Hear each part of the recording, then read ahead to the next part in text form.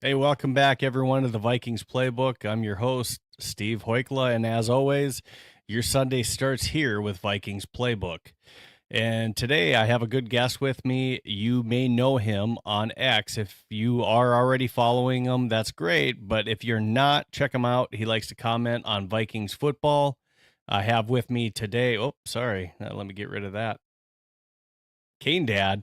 You can follow him on Canedad19 on X if you're not already. Again, he's a huge Minnesota Vikings football fan, commenting a lot on X, so I'm going to go ahead and welcome him onto the stage now. With no further ado, Canedad, how are we doing today? Doing great, Steve. Thanks for having me on. I really appreciate it.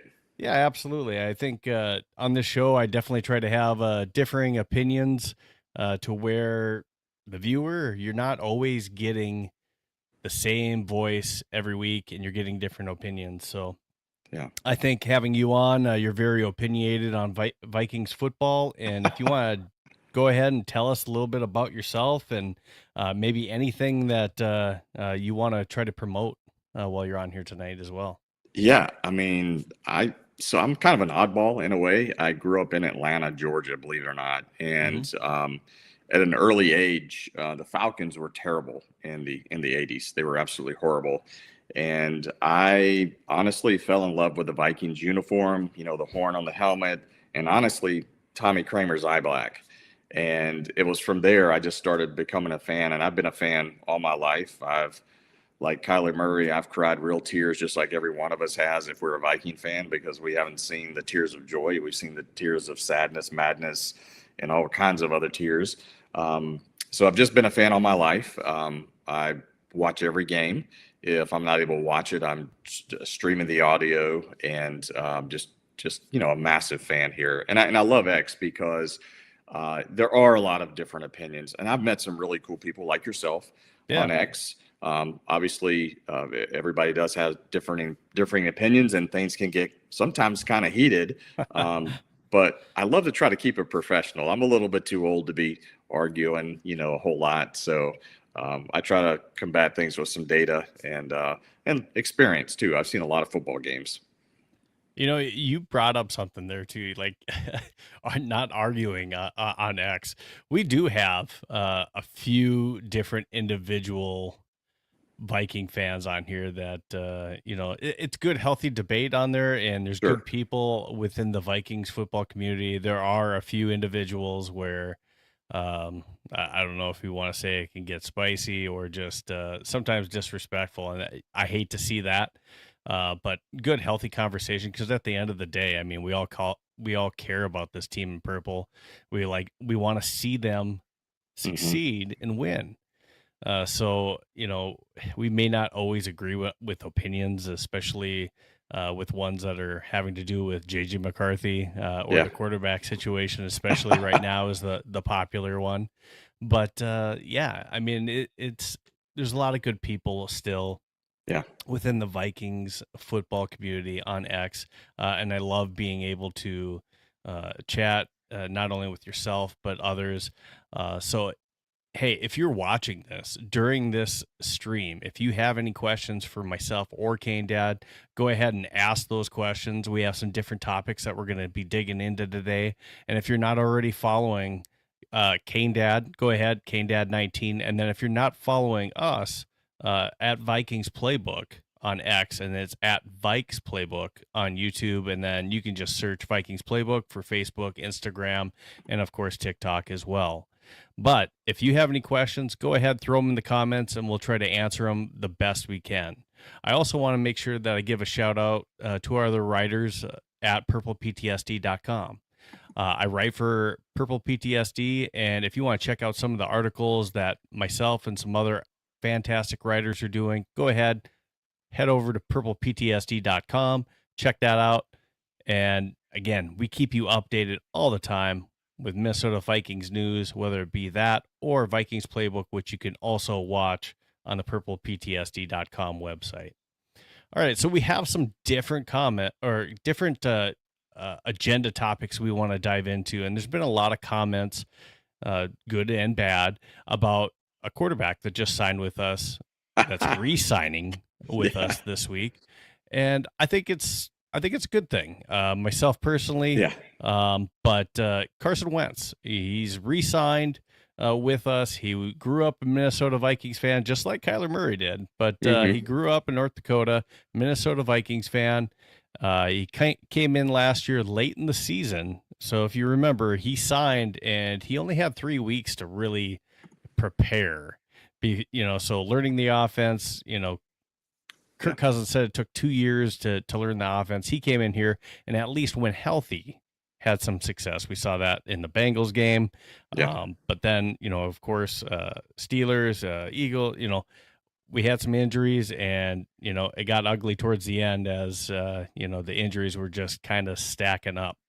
But that got a little bit interesting with us still rolling him out there with maybe not even, a healthy arm to throw on. But he was still trying. But we re-sign him. We get another veteran on the roster. What's your before we even talk about the impact on J.J. McCarthy, what's your initial thoughts on re-signing Carson Wentz and adding him to that QB room that now has Kyler Murray, J.J. McCarthy, now Carson Wentz, and still Max Brosmer? Yeah, so I think what you have to do is you do have to understand Carson is probably not a premier starter in this league, right? He's probably a pretty good backup, in my opinion. When you look at his performance last year, and I think people tend to forget this because we get so enamored. We drafted, and we'll talk about JJ in a minute, but we drafted McCarthy at 10, and everybody's like, hey, we've got our quarterback of the future. And no matter what, Carson's not it, and his ceiling is not high enough, blah, blah, blah. Here's the reality. Carson got hurt fairly early in the games that he actually started. He was hurt in the first half of the Cleveland game where he tried to run over somebody. He tried to do the Josh Allen, and he paid the price. And that was really the start of his downfall.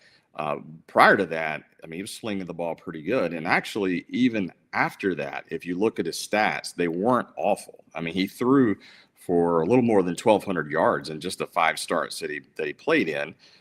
He had a lot of interceptions there as well. But again, look at, he was playing hurt. And especially in the Chargers and the Eagles game, he just looked like, I called it Weekend at Bernie's. We were just rolling him out there, Correct. He was the warm body. He had a pulse. He had a breath, and he could throw the football a little bit. And he still gave it his all. Now, everything aside, you have to look at Carson and go, hey, man, hey, way to go. You put 100% in for us as a team member. And we all have to respect that for what he went out there and really, put up with his body. As far as signing him, I had said before on a couple of tweets or posts or however we want to call it on X these days, the Vikings would be stupid to let him go because he's a quality backup. And people are going to argue and they're going to say this and that. But I don't think you can argue that he's a quality backup. Whether he's a top 10 tier, the best backup, now that's debatable. But he's a solid quality backup. And I thought it was a heck of a signing. I think for the money, and we'll go wherever you want to go with this. But I think for the money, roughly $3 million a year, that's not quarterback 3 material in terms of money. So I think it was an excellent signing, and I was happy to see it. I thought it was a good move. If you look at our entire quarterback room right now, all 3 of them have had injury issues. So the Vikings needed to do something from a depth perspective to have some depth there. So again, I was glad to see it. Yeah, his salary cap hit, it's $3 million. It's not much. No. He gets 1.5 mil of that, his base salary that's fully guaranteed out of there too. Yep. And he got a $1.1 million signing bonus. And again, that's a quality veteran. And I think I saw a tweet where we're paying about $8 million for our quarterback room. That's a ridiculously cheap quarterback room that we're paying for right now. and we got some valuable veteran experience and starting Mm-hmm. experience within those quarterbacks. Now, adding Carson Wentz to that quarterback room also provides some depth in terms of we have those three quarterbacks, Murray, McCarthy, and Wentz, have a propensity of getting injured. Yes. So being able to have some quality depth there, we got into Max Brosmer, QB3 last year, Yeah. just between Wentz and McCarthy. So having some additional depth is a good thing. It is very possible for one to suggest, whether it's Kyler Murray starting this season in week 1, that we see JJ McCarthy as well yet this year. That is very possible. Right. Maurice Stone on X says, I think it's a mistake to give up on JJ McCarthy. Yeah, I absolutely agree with that. But we're doing that right now. And it's because Kyler Murray, it's hard to pass on him being $1.3 million on a veteran minimum. But are we doing wrong by him? We talked about that last week. And yes, I absolutely do think we are doing wrong by JJ McCarthy by, you know, we should be playing them and developing them, and we're not doing that. This isn't how you develop a rookie quarterback. He's only played in 10 games. I don't think his story's over. And whether it's the plan to trade him or whether it's the plan for him to possibly, depending on how Kyler plays, play him in 27 and having him sit a year. I think it doesn't hurt him necessarily by bringing in Kyler either, in at least this sense with the Vikings. Maybe you just think that he's not ready or you want Kyler to push him. Let's just say that's the angle. Let's just say, he ends up sitting a year. If you decide that Kyler Murray he balls out and has a great year, you're not going to do another Sam Darnold trick and you re-sign him. If you re-sign Kyler Murray, then you got to trade JJ McCarthy. But if you let him sit a year and let's just say he got in some games, or even him just sitting a year and maturing, I think his trade value goes up from where it is currently today. Yeah. So, I'll just say that. Now, as far as sitting him and letting him gain some experience, you brought back Carson Wentz because we need to talk about that piece. Carson Wentz was in the quarterback room, the film room with JJ McCarthy all last year. So that's a veteran voice that obviously they must have had a decent enough relationship to bring him back.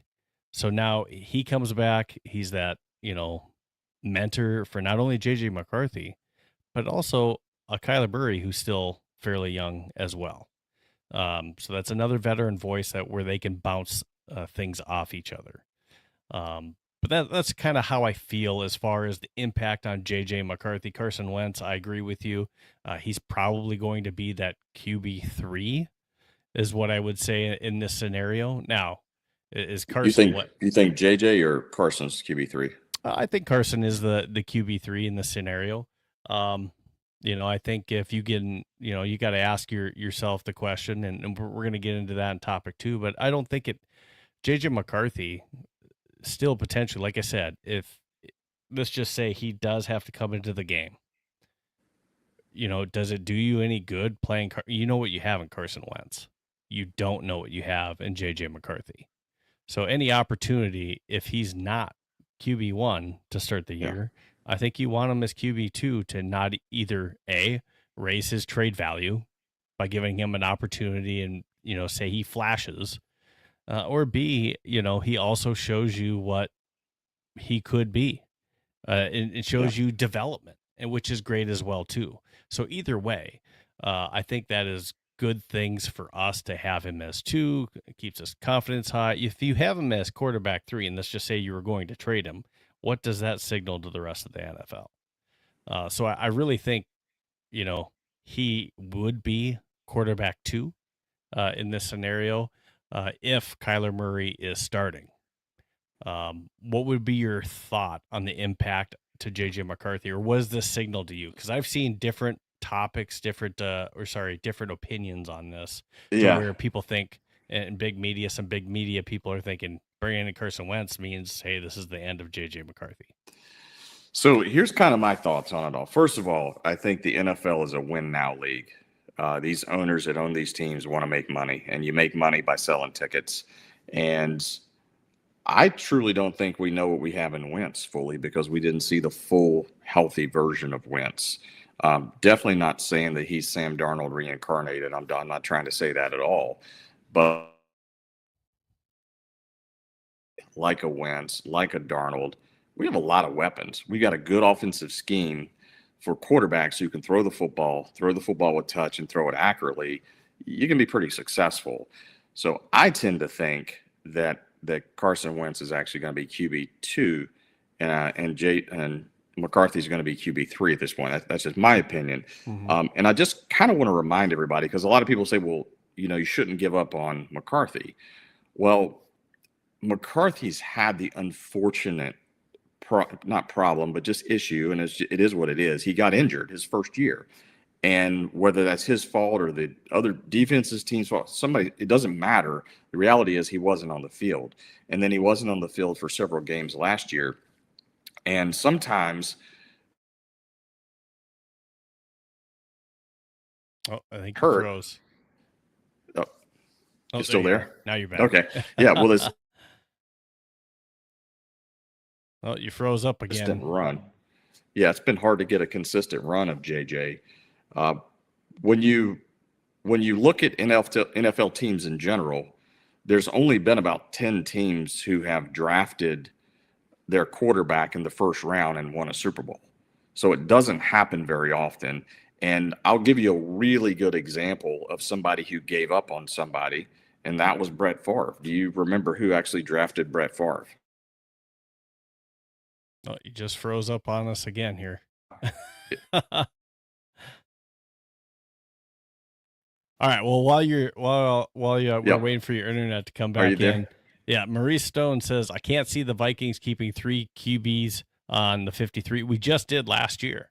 Yeah, we did. So, I mean, it's not impossible that we keep, 3 quarterbacks on there, because we just did last year. So it's not impossible. And I just think trading JJ, I just don't think that you're going to get the value that you want for him right now at this point. No, you're not if you try to trade him, but just he ended up. Oh, you're kind of dropping out on us again. The Vikings doesn't mean he's not going to be a star somewhere else. Yeah.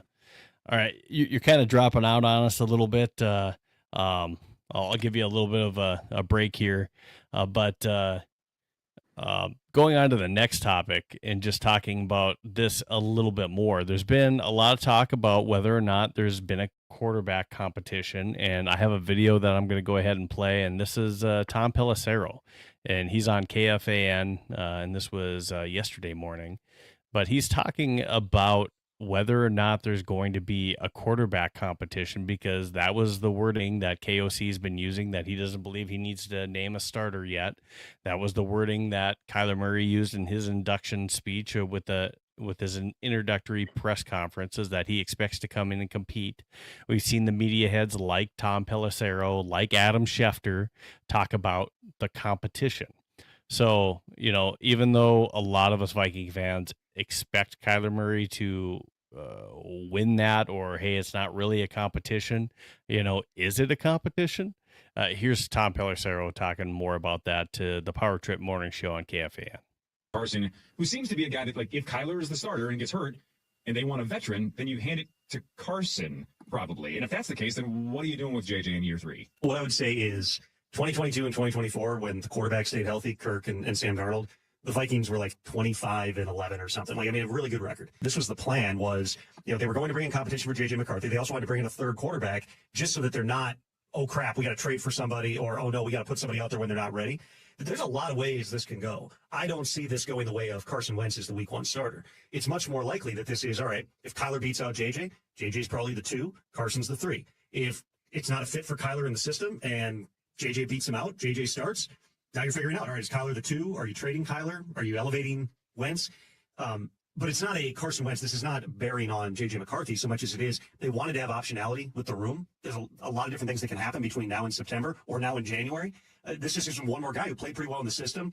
Kevin O'Connell loves Wentz. So it's a low risk type of an addition to the room where you're probably going to carry 3 quarterbacks on the active roster because of what you've seen in 2023 and 2025. You truly believe, because I don't, but maybe again, you can feel the skepticism in the room. You're pretty tactic. I don't believe there's an actual quarterback competition. I think it's Kyler, because I don't think you bring him in, and you can say we're not going to name him the starter, but I don't think you bring him in. I don't think he wants to come here unless he thinks he's starting week 1. No, I mean, he's definitely coming in with that mentality, but it is going to be a competition.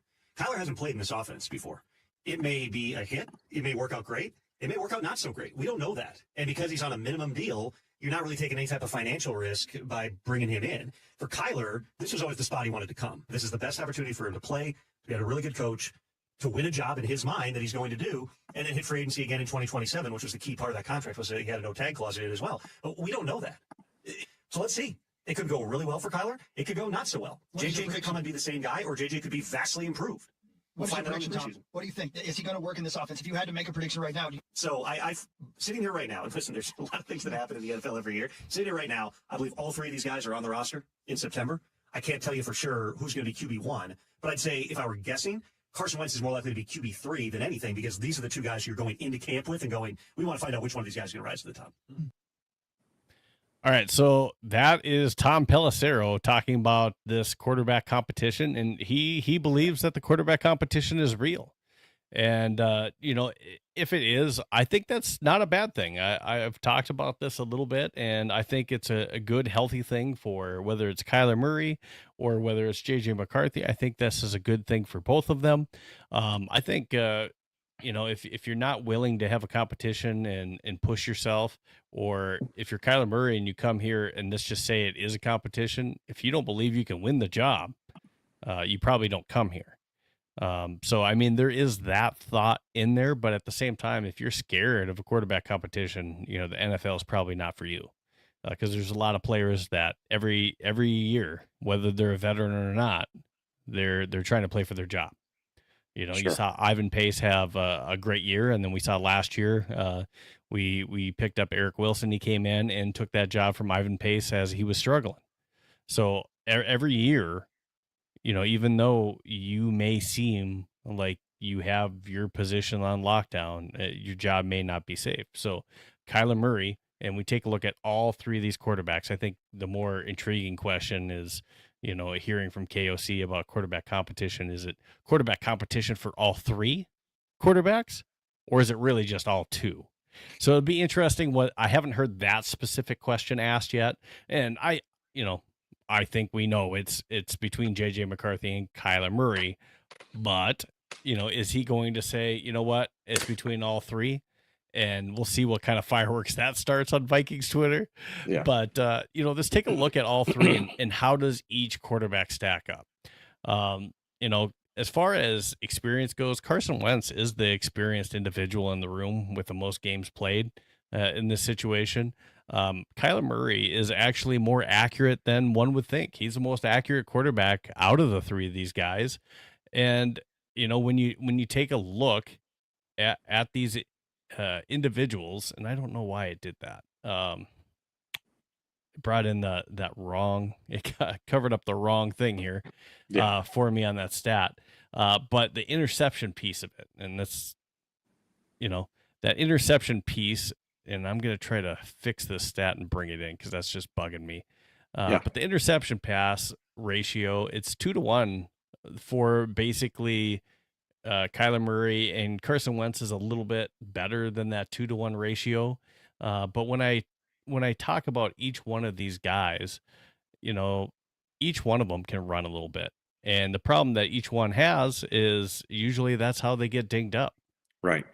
They end up running into the issue where they can't stay healthy on the field. So that's usually the problem with them. Yeah. Now, there you go. Now I got it fixed. All right. So anyways, the interception ratio between these first 2, Kyler Murray and Carson Wentz, Carson's a better better passer as far as touchdowns to interception ratio goes. Carson Wentz has at least thrown for a 4,000 season, which Kyler Murray has not, but Kyler has considerably more rushing yards and rushing touchdowns. The one thing that concerns me between both of those quarterbacks is holding on to the ball, whether that be interceptions or whether that be fumbles. Protecting that football is a concern. You look at J.J. McCarthy, what we saw last year, I think he got better as the year went, especially those weeks 14 through 16. But we see, hey, you're on the wrong side of the touchdown to interception ratio right now, early in your career.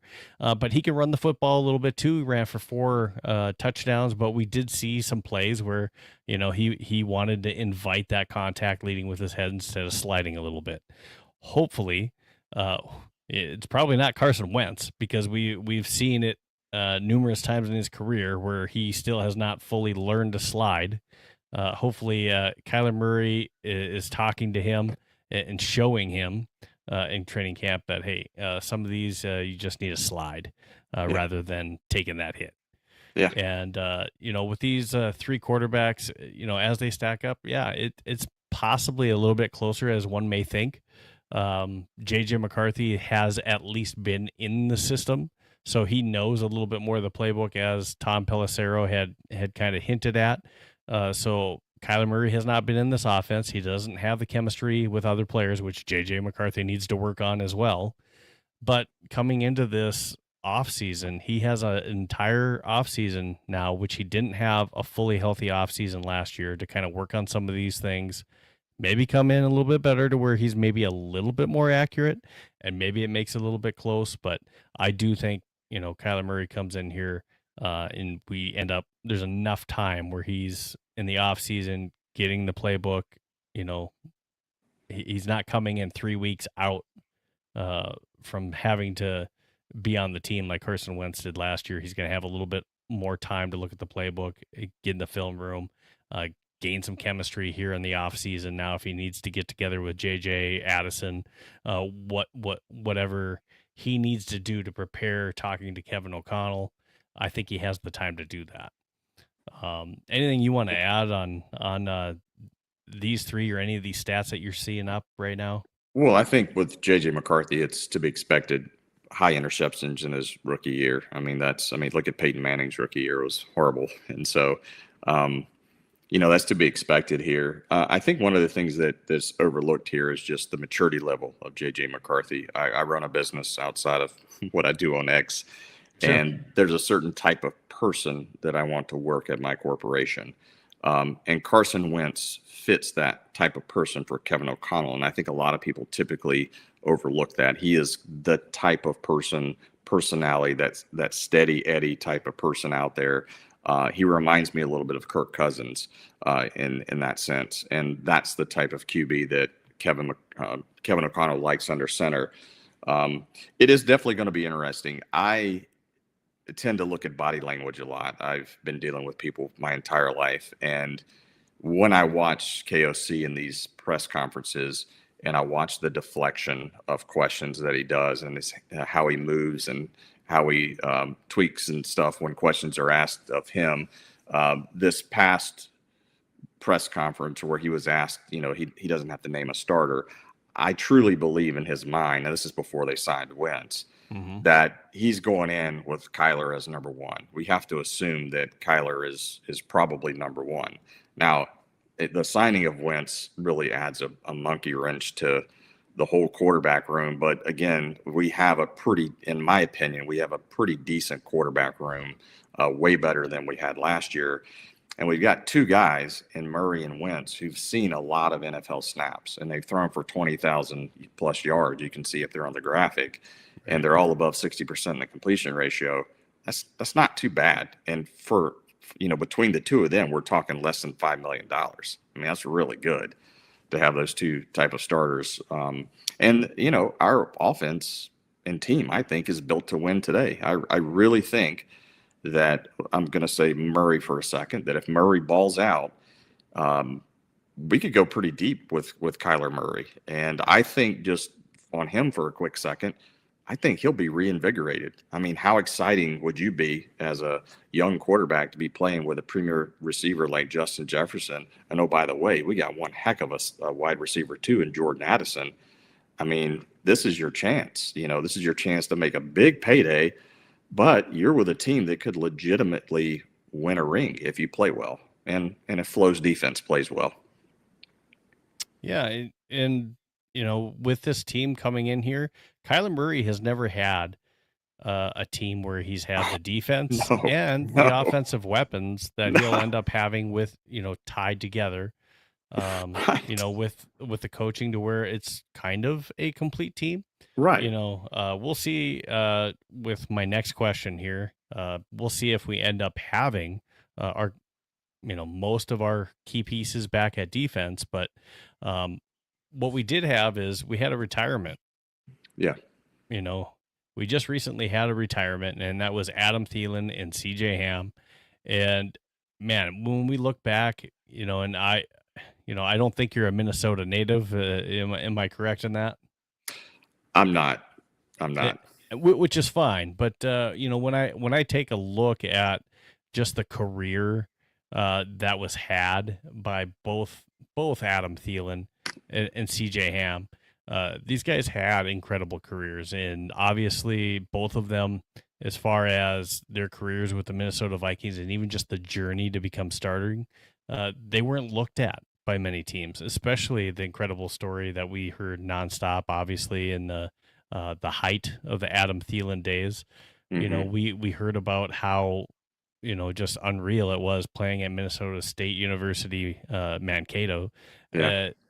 and being able to, take and I believe he just got like a random walk on, like, hey, do you want to come try out?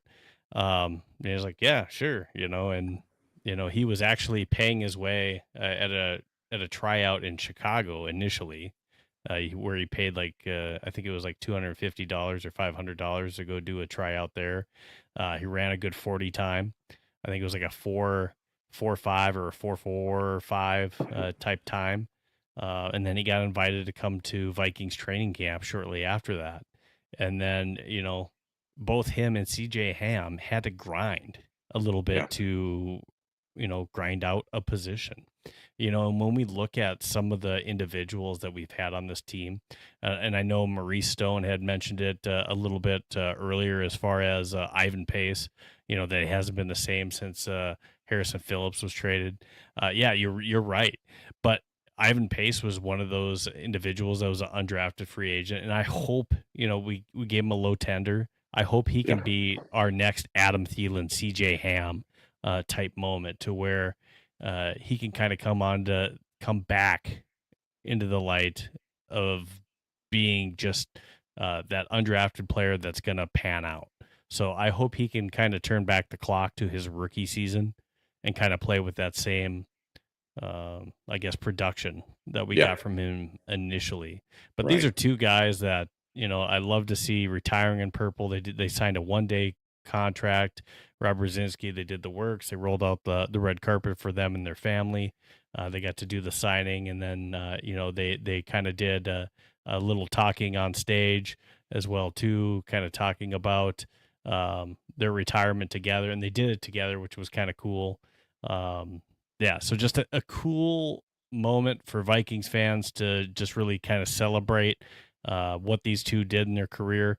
And, it was fantastic to see both of them get the opportunity to kind of say goodbye in a good, healthy way with the teams that they really played for the most and started with. So I thought that was really cool. Any thoughts on Adam Thielen, CJ Ham's retirement? I mean, great stories. I mean, right? I mean, come on, Adam Thielen, like classic underdog story, gave the undrafted individuals hope, right? And then when you look at CJ Ham, I mean, both guys are great, but the calmness, the steadiness, the showing up for work every day. I'm talking about CJ Ham, and just doing a grinding job for 10 years, the way that he did it, and not looking for the glitz and the glam. And we got to remember too, CJ Ham was there blocking for Adrian Peterson. So he even had a little bit of time with Adrian. Yeah. Yeah. He's a heck of a dude. Good football player, good person, probably even better person than he is football player. So, yeah, just a cool story to see all in all.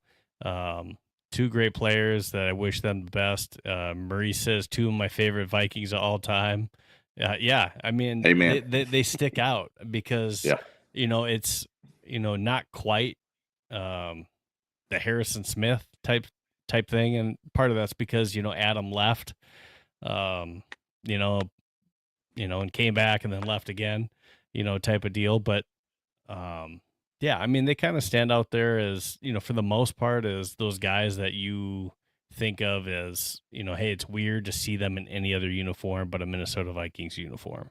Mm-hmm. I think it was weird to see Adam Thielen in a, whether it be in a Panthers uniform or a Steeler uniform. I thought that was weird. So just cool to see these guys come home, sign a one-day contract, and get it done. Now, the next topic that I want to talk about is obviously about Grenard. I mentioned him earlier. If we're going to have a top 10 defense for Kyler Murray, which he's never had, or even just provide that defense that kept us in games all year in 2025. Yeah. I think the Vikings initially did not want to trade Jonathan Grenard until he started asking for a pay raise. And then it's just like, whew, we're already in salary cap trouble. You just came off of a season. You got 2 years left on your deal, and, you only had 3 sacks, and you only played in 12 games. Yes, you were 7th in pressures, in the pressure rate in 2025, but does that equal a pay raise in your contract with 2 years left on your deal? And in most cases, I would say absolutely not. But, kind of seems like he's pushing for that. And, I think, we're hearing Eagles, Colts as possibilities, right now for Jonathan Grenard. But if we're trying to make a run at it, which it does seem like we're trying to make a run on it. I was interacting with Isaiah Rodgers today too. And, he's, we saw Harrison Smith playing in the flag football game. I think Harrison Smith's coming back, and Isaiah Rodgers made the, hey, Harrison was smiling a lot. It looked like he was still having fun. Basically hinting that, Hitman needs to come back. And I totally agree. It would be cool to see him come back for one more year. But Jonathan Grenard, do we keep him or trade him? I mean, it's going to be a salary cap thing. I don't know if we're going to have the money to even, pay him. But then let's just say we don't pay him. I don't think he's the kind of guy that would, hold out from camp. But what do we do with Jonathan Grenard? Yeah, I think I tend to agree with Maurice. I think you made a comment about just a second ago. I think there's a possibility he could be a draft day trade. I really do, and I think it has to be. Very valuable in order to trade him. I know he was asking for a pay raise, but and listen, I couldn't do what he does, what JG does on the field. That's just not me. But he missed a lot of sacks last year. He had a heck of a lot of pressures, but there was also a ton of plays where he had the opportunity to get a sack and we missed the sack. Sure. So if he had just sacked maybe half of the pressures that he got there, then he could legitimately, he probably would already be traded at this point, honestly, had he got home and registered the sack. So at this point, I think you got to keep him because I don't think that what we've been offered is valuable enough for him. But it could be on draft day. We have to get younger as a team. We have to. That is a major focus, or it should be. I don't run the organization, but you need to get younger as a Vikings organization. Yeah, I think standing on my head, I could see him missing sacks multiple times on Caleb Williams. Yep. Where he had him dead to right. And then I look at, Jared Goff that basically ducked his way out of a sack from Jonathan Grenard that sticks out in my head as well, too. I can remember Jared Goff. Plays. Yeah, Jared Goff. Yeah. I mean, Caleb Williams, you can kind of understand, but he's not got to sack Jared. Yeah, he's not Hurts running out there, which I think Hurts might have evaded a sack out there too. But he's not Hurts. He's not Caleb Williams. Yeah, I mean, and I like JG. I think JG's a really good player. He's in his prime. He's only 28. So I would like to see him back because if we are going to run it back, I think we're a better team with him than we are without. I agree. So if we could find a way to either make him happy, um, you know, talk to him to where we're not paying him, or if we do give him a raise, it's not something that kills us. I mean, the guy's in his prime. I do like the 3-man rotation. I think, yeah, Dallas Turner's coming on, but are we completely sold that he's going to turn into the next great pass rusher for us? I don't know. Yes, he had 8 sacks, but I think there's still like, does anyone feel like it's a slam dunk? I don't think so yet. So, and then Andrew Van Ginkel, he's going to be 31 going into the season.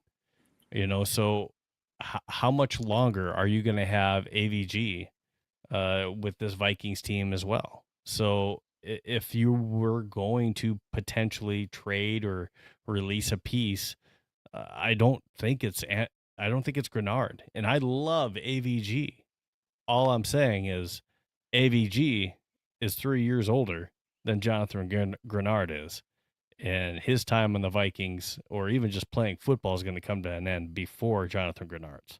It will, and he gets hurt a lot as well. So between last year with AVG and JG, I mean, there was a lot of injury time missed there. And just think if we didn't have Grenard when AVG went down, it was just Dallas Turner. Behind him, we do not have any depth. We do not. We have Bo Richter that's sitting back there. And I'm trying to think of the names right now at the top. Chaz Chambliss, that's behind, and Tyler Batty. Those are not, stellar, depth names behind them. So if we do get another injury, if we trade Grenard to either Turner or AVG, and I'm not saying they're not good players, good depth players or anything like that. I'm just saying, starting lineup, that doesn't look as intimidating, especially when we just got rid of Jonathan Allen and we just got rid of Hargrave. Yep. Yeah, I think Dallas Turner, there's only one thing I hope for Dallas Turner. I hope he's in the weight room in the offseason. I'd like to see him put on a little bit more muscle, and I'd like to see him beat some tackles and not just tight ends. And if he can do that, put on some muscle, I'm good with him. Maurice, I see in the comments saying AVG is more valuable for Flores' defense than Grenard, in my opinion. You could be right. I mean, there's an argument that could be made there. If he could stay on the field. If he could stay on the field. I mean, if he was healthy. Last year, he just couldn't do that, and that was tough. But the year before, I mean, we see how he even messes up the screen game when he's on the field. Oh, not even just when he makes a play on it, but now he has quarterbacks thinking, I can't throw this, or even hesitating because it's in their mind that where is Van Ginkel? Where is he? Because I can't throw to that side of the field. So there's an argument that'd probably be a whole nother segment there as far as which one's more valuable. I mean, at this point, both of them got injured last year. Grenard played in more games than AVG did. If we want to count AVG's games where he played like 9 snaps, here and then had to rest again. And I don't know if we want to necessarily count those ones or not, but yeah, he played in those games. But he had some injury concerns last year, and just I don't think the Vikings had any intention on trading him. And it sounds like trade talks have at least somewhat stalled out for now, and like Maurice said, and you had mentioned on there as well, maybe he'd draft trade. We'll have to see how that works out. Yeah, he's got to be. I think we got to at least get a first rounder for him. I wouldn't take anything less. And just the market doesn't say that that's something we're going to get. It looks like, if anything, it's going to be a second rounder. But I mean, if it's not at least a high mid second round plus, I'm not even answering the phone if it's me. So I mean, that's not something I'm interested in. I agree. Yeah, it's not something I'm interested in. Topic 5, I want to talk about this one as well. Who do you want to draft in round 1? Now, these are just some of the names that I have listed as far as these were draft picks that were at least mocked to the Vikings or who has been rumored. But do any of these names kind of stick out to you as individuals that you would be interested in if you were picking at 18 and you were the GM for a day in round 1? So we got Peter Woods out of Clemson. He's a defensive tackle. So without the Hargrave Allen tandem to go with Redmond, can LDR and Tyrion Ingram, Dawkins, and Elijah Williams step up, or do we need to take a defensive inside defensive guy in the first round? We got Mansur Delane. He's probably not going to be there, but a cornerback that's been mocked to us. He'd be the best corner on the board. Jermon McCoy, second best one, but he's had some injury concerns. There's Kenyon Sadiq, who's ran a blazing 4.39 40 time out there too from Oregon. There's Caleb Banks. He's another defensive tackle, but he broke his foot at the combine. He's a big dude, but he'll probably be healed up. But a big guy with foot issues, that could be a problem. That's probably going to make him fall a little bit in the draft, maybe into the late 20s, late first round. Avion Terrell has been mocked to us. He's a cornerback out of Clemson. It seems like he's pretty solid, but he could be somebody that we could possibly even trade back for and still get. Dylan Thielen, maybe there. He's a safety out of Oregon that also ran a huge 40, a super athletic guy that, if Harrison Smith plays one more year, whether it's Thielen or McNeil Warren as safety that we pick in round 1, if Harrison Smith comes back, maybe they can learn from him in that last year on the farewell tour year for the Hitman. Are any of these names, or if there's somebody that's not on this list, if you're in the comments or Canedad, is there anybody that on this list kind of sticks out for you, or just a position that you think we need to go for and draft for need? Well, I think, in my opinion, one of the bigger needs is safety. So Dylan Thielen, if he's available at 18, I think you got to take a strong look at him. Mm-hmm. Caleb Downs, he was mentioned by Maurice too, and Caleb Downs with an injury concern as well may fall to 18. I think if Downs falls to 18, he definitely could go as well. I just don't know if it's going to happen, but we'll see. But absolutely, Maurice, if Caleb Downs is there, he also falls into the conversation. I know he was somebody that we were high on, and then it looked like he was going to go in the top 10. But now the injury stuff kind of came out a little bit to where maybe there's a little bit of concern that might make him drop. But we'll see. We'll see if that does anything. So Thielen at safety. So if we end up taking him at safety, is there anyone else in the draft that you kind of think that you'd like? Well, I personally, this is where I had a little bit of an issue with us taking McCarthy at 10 a few years ago, because I really think your statistically better positions that do better in the first round are probably your offensive line and on the defensive side of the ball. So I'm anything defense that we need. We know we need some defensive interior linemen. We know that we're thin at cornerback. We also know that we're going to have a safety replacement. So any one of those defensive side of the ball, I'm totally fine with that as long as we go that direction with it. Yeah. There's different things that could happen. You talk about Grenard being a possible draft day trade. Over at Vikings territory, there's an article that's coming out, sneak preview. I don't know if I'm releasing this early. This article might already be out from our friends over there at Vikings territory, who's a sister website to us at purpleptsd.com. So I contribute for them for some articles with Dustin and them over there. But he wrote an article that's either out already or will be coming out. But he asked, basically, is there a draft day trade that we maybe want to see? And at least my response for that is if Kenyon Sadiq is on the board, what I would like to see is us go ahead and take Kenyon Sadiq if we can find a trade partner for TJ Hawkinson and get good value in return. Yeah. Now, my reasoning for trading TJ Hawkinson in this scenario that I had, and I just did this draft last night, was, if we trade TJ there, they're looking for ball catchers with the New England Patriots for Drake May. Hunter Henry's getting older there, and they get a round 6 pick in return for us being able to basically up the value a little bit more to get a round 2 pick. Now, some of you may say, hey, we would probably not even get anything more than a 4th or 3rd round pick. Well, since the Vikings redid his contract and we're now paying him $5 million less than he was receiving before, there's a possibility. And we also got rid of his 2027 contract, which means a team that signs him is going to get him for about $15 million this year for a cap hit. And at the same time, they can rework a new deal the following year if they would like to.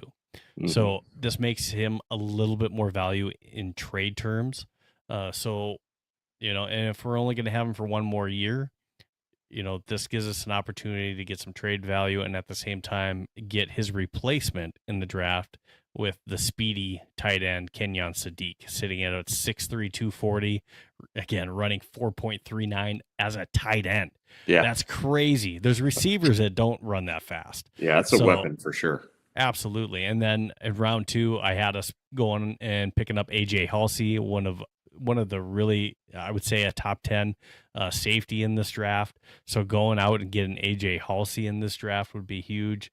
And then because we traded and we got the number 63 pick, at least in this scenario, Mike Washington Jr., who was a combine darling in the NFL combine, he's sitting there, for me. I had to take Mike Washington Jr. Unfortunately, I had to take our safety in round 49. Otherwise, some of you may be thinking, where's Jadarian Price out of Notre Dame? If I would have taken him at 49, we would have Price, but then I wouldn't have AJ Halsey. And in this scenario, I get my safety and I get our running back of the future in Mike Washington. After that, at pick 82, I went ahead and picked Devin Moore. Now, a lot of you may not know much about Devin Moore, but he's 6'3". So he's a 6'3" corner that is good in coverage. And he has a few interceptions from Florida here this last season as well. And I think a lot of that has to do with his height, and with some of these taller receivers. And we like the idea of maybe getting in a taller corner, something that we don't have on this team, and Devin Moore kind of fits that bill, and bringing him in here to defend those Mike Evans type receivers, those AJ Brown types that maybe would come in here and try to muscle us or out jump us for a ball. Bringing in a corner that's 6'3" kind of helps us with those situations.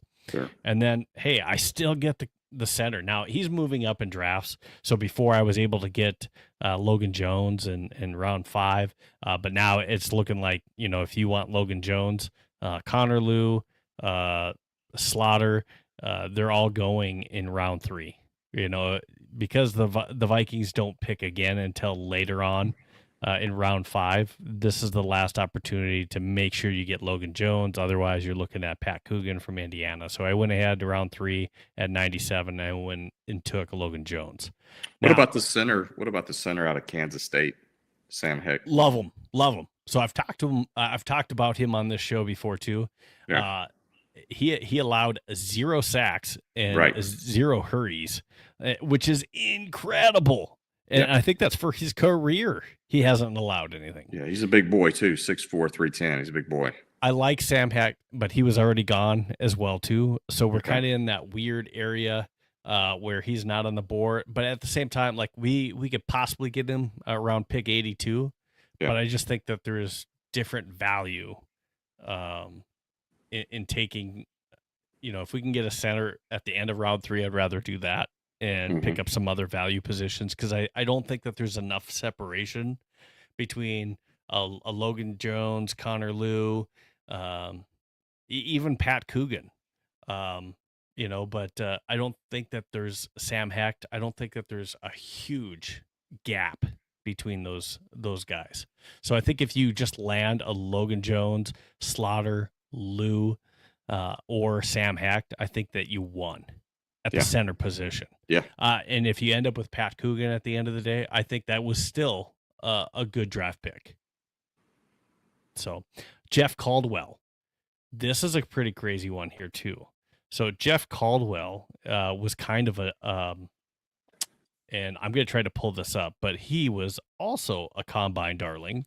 But I want to pull this up because I thought I already had this, but for some reason I did not keep it. Let me just try to find this real quick for you. While I'm doing this, do you have any other thoughts on any other players that maybe you've heard about that you're interested in while I'm trying to look for this? Because I really want to pull up this RAS combine. Yeah, the other Keontae Scott out of Miami, the cornerback, was one that I had going in the second round. Okay.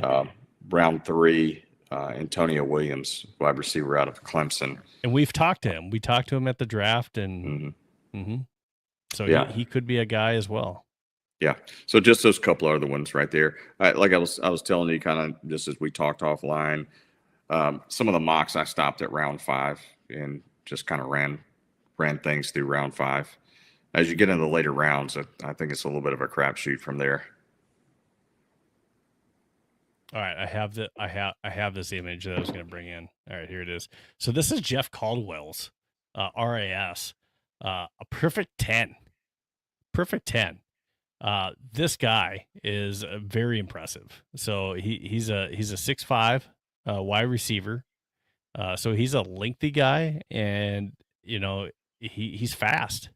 A 4.3 140-yard dash with that height. That's screaming Mike Evans. It's also screaming Randy Moss. Randy, yeah. So we know another lengthy type receiver that kind of panned out for us. Now, with you got to have the right quarterback throwing the ball for your types, but he was a touchdown machine at Cincinnati. Yeah. So he didn't have a ton of receptions, and it's not like he had a ton of drops either. I think he only had 2 drops, but last year. But he wasn't getting a crazy number of balls thrown his way for receptions, but just his touchdown numbers are off the chart when you look at him, and it's because of his size, and speed. Yeah. You can throw up a jump ball to a 6'5" guy, and again, if you don't have a Devin Moore 6'3" type guy, good luck out jumping a 6'5" guy in the end zone. Right. Most of the time, that 6'5" guy is going to go out and he's going to be able to out jump you. Yep. Agreed. So, look at this vertical too. So his vertical, this is a super athletic guy. So, and you can get him later in round 5. Absolutely. Sign me up for a Jeff Caldwell type, at least with the draft that I had brought up. Getting Jeff Caldwell at round 5 at 163. You can't look at the PFF grades because the PFF grades is basing off your current roster and whether or not that draft pick at that position makes sense for you. Jeff Caldwell at that is incredible value, I think, for the potential freak he will be for you on the field. Yeah, definitely could be. And then we talked about it a little bit already. I'd like for it to be the perfect situation. It just didn't pan out in this draft to where there wasn't a defensive tackle I really liked early enough to take because I went Sadiq. There wasn't one that really panned out for me that I was liking early, so I went with Devin Easterin later in round 7. He's a big mammoth type guy that's good with stopping the run. Out of Minnesota, he was their only player that went to the combine this year. And then Vincent Anthony Jr., he's about 6'6". He's a bigger guy, long arms. He could be just a freak of an athlete type edge rusher that we can kind of mold. And we've seen us do that before with like a Danielle Hunter type. Not saying he has that type of potential, but he could be somebody that we mold into even maybe like a Patrick Jones type. Did you look at Zane Durant as well? In this draft? Or have I looked at? I haven't looked at his film. Honestly, Penn State's defensive tackle. I don't know right off the top of my head how many sacks or what he is as far as stopping the run. I don't know. Yeah, off the top of my head. I haven't watched his film. He was one of the ones that just came up in the mocks that I ran as well. Just major disruptor on the inside. So, and about what round do you think he was average draft position around? Round 5 is where I had him. Round 5. Okay. Mm-hmm. Yeah, Mm-hmm. I mean that could be something too. I just think because we didn't pick up a free agent wide receiver, we could be looking for somebody to pick up. No, I totally agree with you. I think the Vikings so that's have why to I do went Jeff something. Caldwell there. Yeah, and I love that. I think that's great. Statistically, he just reminds me, measurement-wise and all the statistics, he reminds me of Randy Moss, minus the touchdowns in college, Yeah, he definitely looks like somebody, if I'm going to gamble on athletic talent, that's an individual that I want to take a look at. Eric Gentry is how I finished up the draft, just because we're a little bit light in the linebacker position. Again, we brought back, or at least he's on a low tender right now for Ivan Pace Jr. Yeah. So Eric Gentry, we need to bring another body into that linebacker room. So that's just an idea of one of my drafts. If we were to do a draft day trade, and again, you can kind of use something somewhat comparable if we were to trade Grenard. But then if we were to trade Grenard, maybe I'm drafting somebody different. Maybe in round 3, maybe I'm picking up like a Romello Height out of Texas. Yeah. I think he's Texas Tech, I believe, is where Romello Height is out of. And again, he's average draft positions around 75, 77, somewhere in that range, to where we could pick him up. And it's another body that we're adding to our edge rushers, because I told you we're light in the depth piece with that too. So those are just some bodies that I think I like in those spots. Now, tight end, if we didn't do that, a name that I've brought up a lot on this show is Tanner Koziel, and he's out of Houston. And Tanner Koziel, now I apologize, because I think I might have Tanner. Was it Houston, or is he out of Utah? Yeah, he's out of Houston. I was right. So Tanner Koziel, I like him. He's a freak of an athlete. He's 6'7". Yeah. He's a 6'7" guy that has a little bit of speed too, can move, but he caught a lot of balls, 65 balls last year. Yeah, it's a lot for a tight end. Absolutely. And just think, I don't want to label him with some of the great tight ends out there, but a 6'7" target that you can throw the ball. Again, kind of the same argument I was using before for Jeff Caldwell. Good luck trying to out-jump a 6'7" dude to go get the football. A big tight end at 6'7" that can move. So I like Tanner Koziel. You can usually get Tanner Koziel around that round 5, round 6 area as well too. So he's a name that I really like if we were not going to trade or pick up Kenyon Sadiq. So even if we didn't trade, I'm still interested in Kenyon Sadiq, by the way. So even if we don't trade Hawkinson, we need a backfill for him at some point. And where else are you going to find a 4.39 speed tight end like Sadiq? That's crazy. But if we didn't go with him, the other tight end, Koziel might be my second favorite tight end in this draft. Who was the tight end? Who was the tight end that played for the Saints? Jimmy Graham?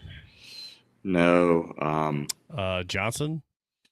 No, it's probably been 15 years ago, but he came in as a tight end, and I just remember he was a speedster, kind of thinner tight end, but caught a lot of balls. I'm trying to remember his name, but I'll probably remember it at 3 a.m. tonight when I wake up or something like that. So I thought it was Maurice something, but I can't remember. Anyway, Sadiq could be that type of tight end to where he's not really he's a tight end, but he's like your wide receiver 3 in fantasy football. So you get him as a tight end, you've got like literally 3 wide receivers in your fantasy team. Absolutely. Yeah, I mean, when he's got that kind of speed, man, that's a nightmare to try to, just say you're a linebacker. Oh, you're not going to be able to cover him. Right? Yeah, you're not going to be able to cover him. So when you see Sadiq, and I have not checked to see what kind of blocking skills the kid has, but if he can block a little bit too, incredible. Yeah. Moving at 4.39 speed and being able to catch the ball like he does, that's an incredible weapon for an offense to have, for sure. Right. Yeah, for sure. But either way, I think Minnesota this year is going to be going to be very competitive this year, just simply by the pickup of Kyler Murray. So I'm excited. I'm excited to see what holes that we fill.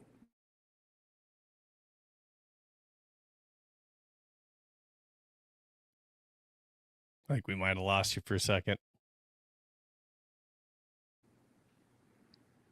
Wait, we got you back? Yeah, and I'll tell you, I got to pay.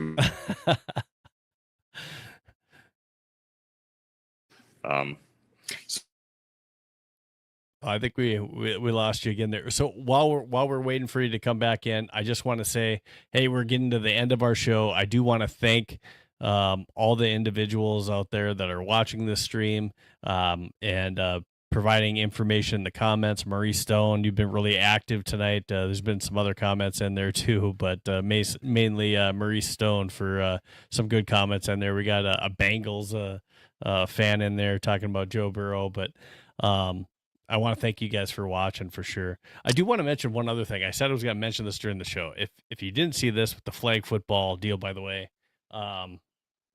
those of you out there, I had a tweet on this, but we were actually getting taken to the woodshed today with NFL players going against Team USA in that flag football.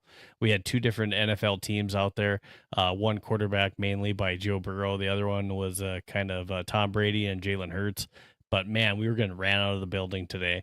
The speed, and it's just a different type of game. But for sure, the speed was on display. And I think at one point, their quarterback it was like 6 of 6 and had it was 11 for 11 with like 6 touchdowns. One of the quarterbacks for Team USA. Like, they were killing us. And it just, when I say us, NFL players that were out there, and it was just really lopsided, mainly because NFL players have a little bit more muscle and size, and I just think and being able to absorb those hits, they just did not have the speed that Team USA did for flag football. It's a different type of game, and some of the maneuvers that you saw them going down to their knees to avoid having you take their flag, it was just crazy to watch. To where I think there was a debate early on as far as should there be NFL players instead of the individuals that are at Team USA quarterbacking or playing in the Olympics and representing us rather than the NFL players. But after seeing that, there is no question. These are guys that don't do this full time. They have jobs outside, and these guys are incredible at flag football. Apparently they haven't been beaten in 2 years.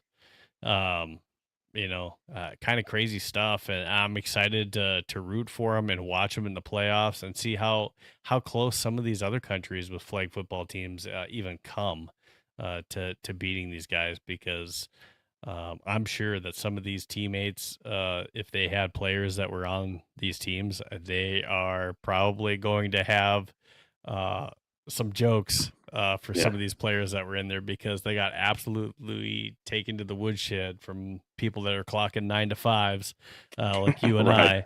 I, that just came in and absolutely housed these NFL players. Yeah.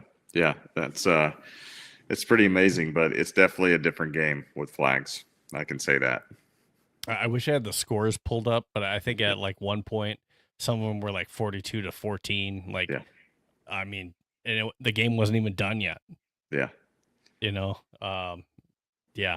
And there were some highlights, some good ones for, the very first touchdown of at least Tom Brady's team, him dodging a pass rusher and then throwing a deep corner end zone tiptoe catch by Stephon Diggs. That was, impressive. And Tom Brady's has a tweet after the game, kind of makes you think, kind of putting it out there like he, could he, type of deal, come back and play. But, honestly, though, man, they got taken to the woodshed today.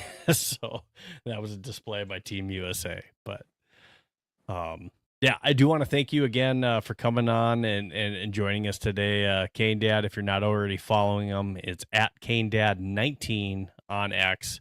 Go ahead and make sure that you follow him. Again, he's very opinionated on Vikings Twitter. He's going to share his thoughts and opinions, and he likes to collaborate with other Vikings fans out there. So if you're on X, make sure that you're following him and joining in the conversation with the rest of us. And like I said, make sure that you're following us on X. YouTube, it's at Vikings Playbook. Go ahead and subscribe, set your alerts so you're not missing any of our episodes. And then go ahead and follow us on Facebook, Instagram, and TikTok. And you can also follow me on my personal account on X at Steve Hoikkala. But as always, this is Vikings Playbook. Your Sunday starts here. And Canedad, you got to have any last thoughts or any last things you want to say to the audience before you leave? I think you just froze again. Oh, wait a second here. I think you just froze again. Well, for Canedad and for Steve Hoikkala, that's all I got. Oh, there you are. Any last thoughts or anything you want to say before we head out? No, I appreciate you. Yeah, I appreciate you having me on. Sorry I need to pay my dial-up bill. I don't know what's going on. So I apologize about this. I'm plugged in. I don't know what's going on. So appreciate you having me on. No problem. Thanks again. Hopefully we can do this again. All right, we'll for Vikings Playbook, for Canedad, and for Steve Hoikkala, have a good weekend. And, hey, Skol Vikings. We'll see you next time. Yes. Saturdays, 9 p.m. CST, except for this coming Vikings Playbook, because I got some plans going on next Saturday. You can catch me and Rap from Vocal Vike with a show on Thursday at 9 p.m. Central Standard Time. So that'll be the 26th. I'll have Rap on with me. So again, set your alerts for Thursday, the 26th at 9 p.m. CST. All right. Skol Vikings. Until next time, guys. Out here. See ya.